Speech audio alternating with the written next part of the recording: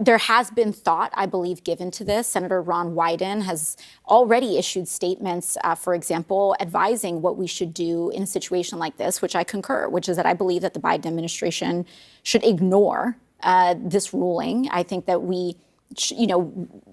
the courts have the legitimacy and they rely on the legitimacy of their rulings. And what they are currently doing is engaged in an unprecedented and dramatic erosion of the legitimacy of the courts. It is the justices themselves, through the deeply partisan and unfounded nature of these rulings, that are undermining their own enforcement. So you're saying the Biden administration should ignore this court, but what does that look like? What does that actually mean? I think the interesting thing when it comes to a ruling is that it relies on enforcement.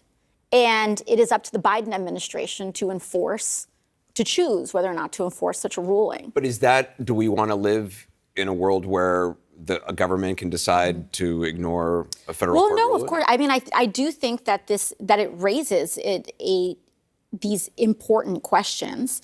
And I do think that when we look at, and there are serious questions that the FDA and the Biden administration is going to have to figure out and how exactly we map this out. But on the other hand, what we are also seeing is a power grab over our courts in which the laws passed by Congress and the rules and policies passed by the executive branch now are going to require unanimous consent from 650 district court judges, many of which are appointed with even, the American Bar Association saying that they're completely unfit for the role. Should that apply if the Supreme Court upholds the Texas judge's decision?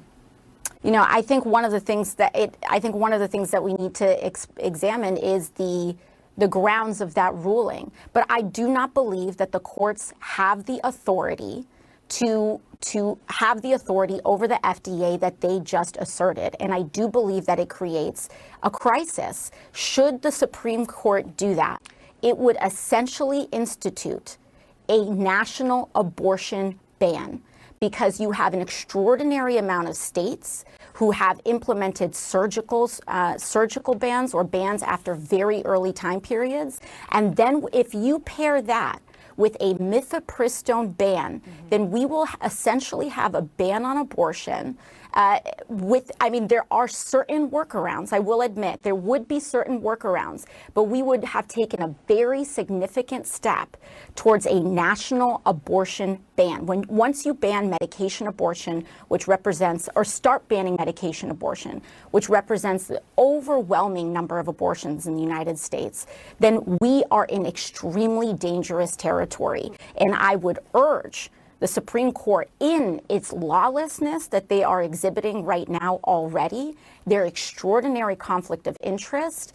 I mean, my hope would be that we do not get to that point. But if we do, I do believe that we must start to push back on our system of checks and balances, which is designed to push back on should there be an example of judicial tyranny and judicial overreach. Thank you, Karine. AOC suggests that the administration should just ignore the ruling. And she said that, quote, "We know that the executive branch has an enforcement discretion." Is that true? So this is similar, I think, to what Terry was asking me. Look, we understand the frustration, right? We get the frustration regarding this decision. Absolutely. And that's why we were quick to act. That's why you saw DOJ take action. Basically what I said to Terry, we stand by FDA's approval of mifepristone, and we are prepared to have a long legal fight here. That is our commitment to women out there. That is our commitment to Americans across the country. But I'll say this, it is dangerous. But as a precedent, as a dangerous precedent is set for a court to set aside the FDA's expert judgment regarding a drug safety and efficacy, it would also set a dangerous precedent for this administration to disregard, right, a binding decision. So that's what I'm getting to. But again, we are ready to fight. This is going to be a long fight. We understand this. We stand by FDA's approval of mifepristone. This is a pill that's been around for more than 20 years. I believe 22 years. It is It's been used in 60 countries.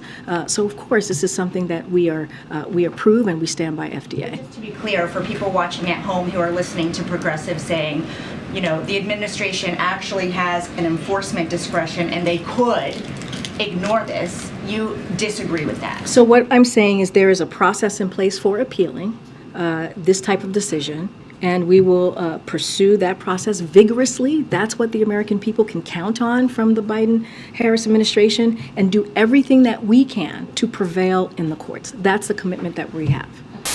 But are you taking it off the table that you will recommend the FDA ignore a ban? Everything is on the table. The president said that way back when the Dobbs decision came out. Every option is on the table.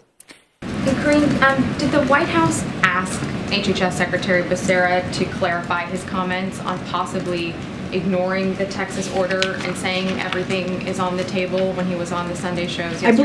I believe they put out a statement. HHS put out a statement making that clear that the administration is not going to ignore a ruling. So I'm going to just point you to the statement from HHS.